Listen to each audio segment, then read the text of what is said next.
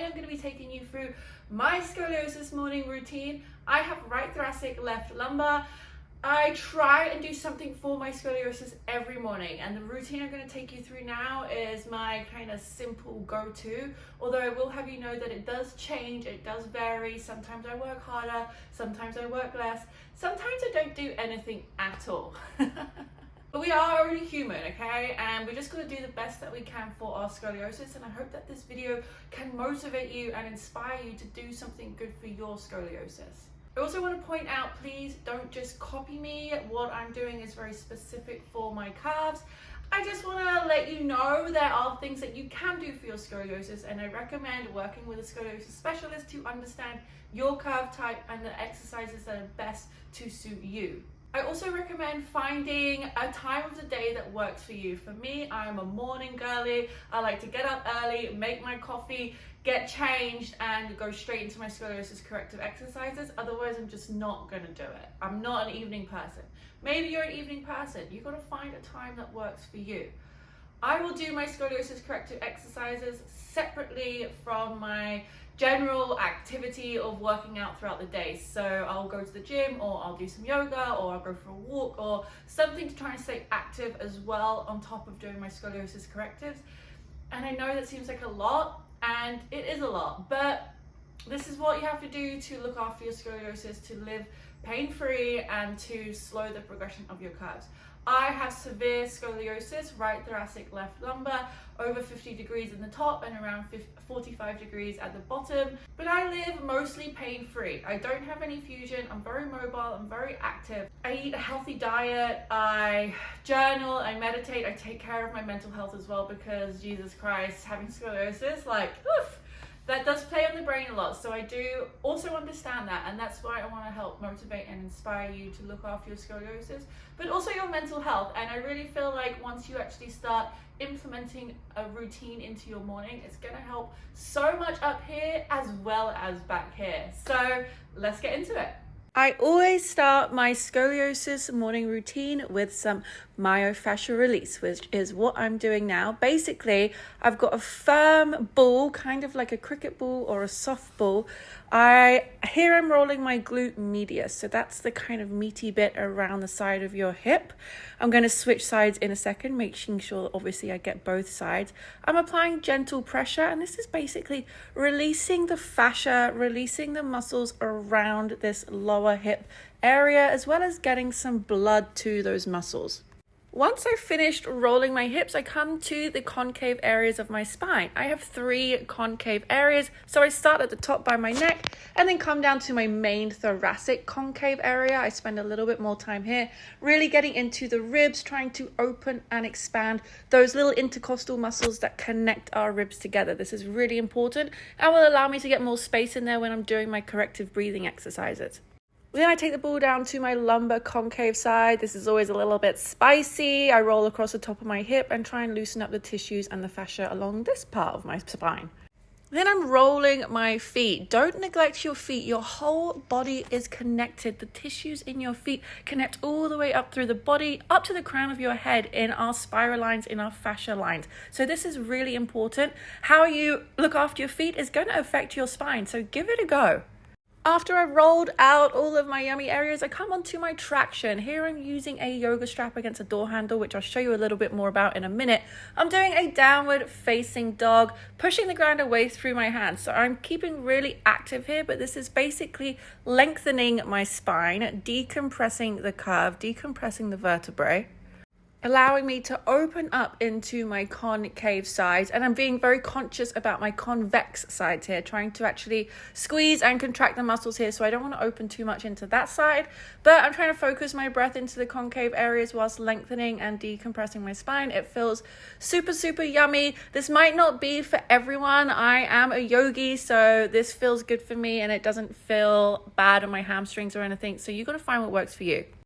Then I come into my wide-legged forward fold and I use a stool here. Again, just getting length through my spine, decompressing the vertebrae, breathing into my concave areas. Yay! So what I just did there using this yoga strap, I basically have my yoga strap threaded through and then I tie it in a knot and I have it kind of wrapped around my door handle like this. And then you can get in it. And you would walk all the way up. I'm not going to do it because it's going to lose my head, but you see what I mean. You want to get it just in a comfortable spot around the hip joint here. And then you want to keep that tension in the band. And then you come into your downward dog or your forward fold or anything like that. So just so you can see how I kind of got in and out of that and what I'm doing with my strap. This is a great scoliosis hack. You can do this anywhere, anytime, any place. I recommend if you haven't really done yoga before, starting with a stool or a chair and doing a forward fold onto a stool or a chair and just kind of figuring out that traction as well. We don't want to pull on the band too much. There is such a thing as the recoil effect. So that is if you're getting too much traction and you're really pulling, when you come out of that traction, your muscles can actually tighten and squish back together, which is not what we want. We don't want the muscles to recoil at all. So you want to be gentle with your traction, just getting a little bit of a pull. Also try and like squeeze into the convex side. And what I mean by that is, this is my convex side, my rib hump side. My ribs are like this on this side. So if I'm squeezing the side, I'm actually thinking about actively pulling these ribs together when I'm in traction, because traction can actually cause us to spread and open more, which we don't want either. So you got to be aware of your curves. Make sure that you're not overstretching into your convex side. We want to be opening and breathing into that concave side. So I like doing this style of traction. I am a yoga teacher and I do teach yoga for scoliosis, so this works for me. It might not work for you. So please listen to your body, understand what you need. There are 100 million types of traction. I also have this pull-up bar, which you can't see because I'll end up, I'll bring you over. So this pull-up bar, you can just get them on Amazon. A client actually gave this to me, so I can't even tell you where I got it from, but you can get anything on Amazon, and it just hangs over your door. And this is another form of traction that I'll do sometimes. So I just have my arms shoulder width apart, feet down onto the floor, bend my knees, and kind of like you're sitting back into a chair. I wouldn't just hang, and you've got to focus on keeping your ribs pulled in. So you don't want to arch into the back at all. We don't want to be in extension. You want to keep your rib cage pulling back. Don't shrug your shoulders, keep your shoulders down away from your ears, and breathe, especially into the concavities, but I know that gets complicated. So I just want you to focus on breathing. Just getting those deep breaths. When we have scoliosis, our breath tends to be very shallow and our lungs a little bit compressed maybe on that concave side. So when we lengthen the spine, like what I'm doing now, it actually helps to open up those convex areas so we can get more breath into there. So don't stress yourself too much thinking concave, like, you know, just breathe. Try and get some deep breaths and lengthen your spine, and you can hold this for 30 seconds, a minute, 2 minutes. It depends. If you have any shoulder problems, that might not be the best for you. Sometimes it does actually aggravate my right shoulder, so that's why I used to do this and only this, and then I found out about the strap, and that's just way nicer on my shoulders for traction, which is why I enjoy doing that. But this is still, like, sometimes when I come in from work or I've been sitting down for a long time a day, I'll just come here and just hang and decompress for a moment and then get on with the rest of my day. So it's just handy little tools to have around your house. Really don't cost a lot of money, and you can also take them anywhere. I take my yoga strap with me when I go on holiday or I'm traveling, and you can hang it over a door anywhere and get some traction. Downward dog, forward fold, wide-legged forward fold. Be creative.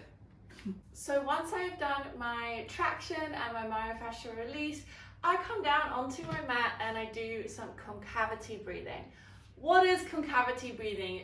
You'll see, but it's basically me really going deep inside, really focusing my breath into my concave area. And gravity, because I'm lying down, is on my side, and it kind of helps me to pull my concave side down towards the mat, and at the same time I'm trying to actually open up through one side of my front ribs and kind of push that side of my ribs up. So it's basically to help with the derotation of your rib cage, which is going to help derotate the rib hump and hopefully make it less. But obviously we have to stay consistent with this. It doesn't just happen one time that you do it. So how do I do my concavity breathing? Well, I use a couple of little scoli props. And before you ask me, Claudia, where did you get those props from? These are actually samples that I'm getting made for my own props that I will eventually be releasing out to the world, because finding scoliosis props is difficult, especially really cute ones. And these are so soft and I love them. So I'm actually using them, experimenting with them, and I will be getting them made and sent out so that we can have some props to do our scoliosis corrective exercises with. So what you do with your prop, you would place it underneath the convex sides. You need to know where your convex sides are. I know where mine are.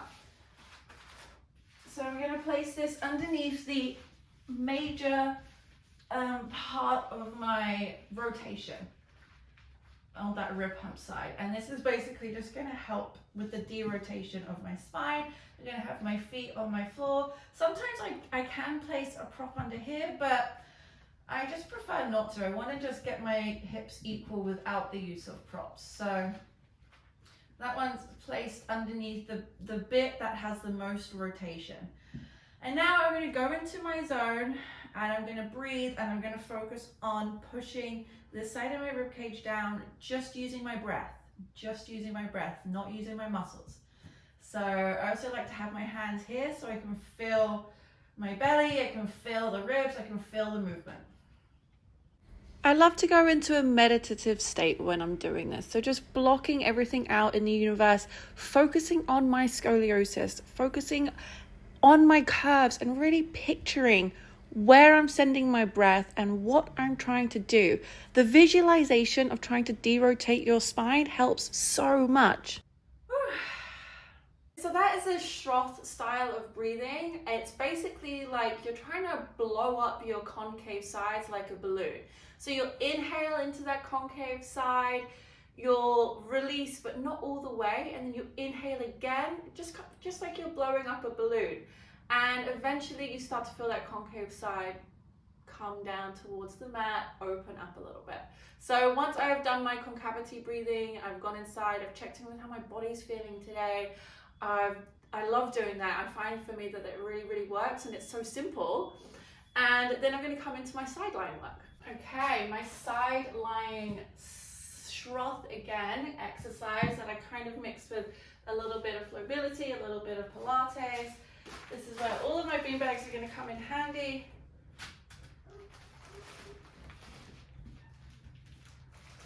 I'm going to place these here. And then this here. Again, don't just copy me. You need to know what your curve is doing. You need to know how to set up your props, because it's probably going to look different to mine. And the idea of what I'm about to do here is getting my spine straight. So I'm going to have my spine, these props are really going to help straighten my spine. And then you'll see I'm going to again be breathing into my concavities, trying to open up here. And especially when I'm lying on this side, here is a big focus for me as well. So I'm trying to open this area. And then I'm going to throw some movements into it with my legs, and that's just basically helping to strengthen the muscles that run along down the spine, the hips, the whole body. But you're trying to stabilize the spine, you're trying to strengthen the body in this straighter position. So that's essentially what I'm trying to do now. I get myself all set up, making sure that my spine is nice and long, my body's in a nice straight long line. Then I'm back in that meditative state where I am visualizing where I'm sending my breath, especially to my left thoracic concave area and my right lumbar concave side. You see me playing around with my legs. I have sped this up like 3 times. I'm moving very, very slowly here. This specific exercise is building strength in my glute medius. Then I take my hand to focus on that lumbar concave area and then up to my shoulder. This is my Schroth hand. Again, just pulling that shoulder blade down onto the rib hump. Okay, Okay, once I finish with that side, I like to do both sides, especially if I'm lifting my legs up and down, because I want to, you know, have equal leg strength. So I'm going to take these cute little props over here. Why do I have pillowcases on top of my block? I just find that the block itself is not quite tall enough to get my neck aligned. So the pillowcases just help me to have a better alignment for my neck. Your neck is part of your spine, so don't let your neck collapse if you're doing your sideline work. Some of the stuff they use a pillow or just on your bicep, but I just find that my neck kind of collapses if I do that. So I find the yoga block just works better for me. But again, what works for me might not work for you. And I just need two beanbags for the side. I'm going to really focus on opening up my concave side here. This is convex, so I actually want to keep this tight, and then I'm going to open up this. Here we go again, really focusing on where I need to breathe into, and then I'm going to move my legs up and down, squeeze my core muscles, build some strength in my glute medius, strengthen the muscles in my core and down along my spine, whilst holding my spine in a much straighter position. And this is really going to help stabilize and slow progression of our curves. We're almost there. I'm just going to show you one more thing that I do, going back over to my traction. I just like to do that after I've done all of this, because I feel very long and open, and then I find this one is actually probably the most complicated and the hardest one of all of them, so I save it till last. So I'm back to my good old trusty strap. This time I'm on all fours, and like you can place a mat after you, but honestly I just don't have time for that. I'd just rather be on my hands and knees on the hard floor than have to move mats around and stuff all the time. I'm getting traction through my spine, and then I'm really going to focus on pushing my concave side up and squeezing into my convex, focusing on my thoracic curves mostly, but I will also be trying to keep my lumbar curves in alignment and my neck nice and long. So I'm going to crack on. My body is very active here. I'm pushing the ground away from me through my hands. I'm pushing my elbows out wide, so I'm getting space in my thoracic spine. Opening up the tissues and the fascia in this area, especially on that left side. I'm kind of pushing through the ground a little bit, squeezing into my right convexity, trying to close the ribs on that side. This exercise is so much more complicated and so much harder than it looks, but I actually really love it, especially when I start to see that concave area come up towards the ceiling. Then I come onto a bit of a puppy pose, just getting some traction through my spine, but being very careful not to go into extension of the thoracic spine. Feels kind of nice. I feel long and loosey and goosey. Then I like to tick off that I've done my scoliosis corrective as some instant gratification. Woo-hoo-hoo! So once I finish all my scoliosis corrective exercises, it is time for some breakfast. I'm going to make myself some scrambled eggs on toast. Scrambled eggs on avocado toast. Nice and simple. I'm actually really looking forward to this because I'm starving. There's nothing like a good amount of scoliosis corrective exercises to really build up an appetite. So I always find like I need a reward after doing scoliosis correctives. So the whole time I was filming that, the whole time I was doing those correctives, I'm thinking about food. I'm thinking once I get this done, I can eat. And I feel like you really need that kind of reward afterwards. So you got to find what works for you. Usually when I'm not filming my corrective routine, I am listening to a podcast or listening to music, and that kind of also gives me something to look forward to during my scoliosis corrections, because there's some podcasts I love listening to and it's a good time to do that. Or, you know, have your favorite TV show on in the background, or just something that you enjoy to make the experience a little bit more pleasurable, because it is boring and it's repetitive and trust me, I know, but we have to do it. We have to do it if you want to slow the progression, if you want to live a life with minimal pain. These are the exercises, these are the kind of routines that are really going to help. So I hope that all makes sense, and I hope that it can inspire you to start taking care of your scoliosis a little bit more. It gives you an idea of the kind of exercises that are out there. There are so many more things that we can do. That was just a teeny tiny little snippet. So let me know what you want to see more of, maybe going through those exercises in detail a little bit more, especially if you're right thoracic, left lumbar. Yeah, let me know what you want to see. Comment down below, and please like and subscribe if you haven't already, because I'm going to keep creating more scoliosis positive content for you so that we can live our best possible lives whilst just embracing our curviness. So I hope that I get to see you again soon. Goodbye.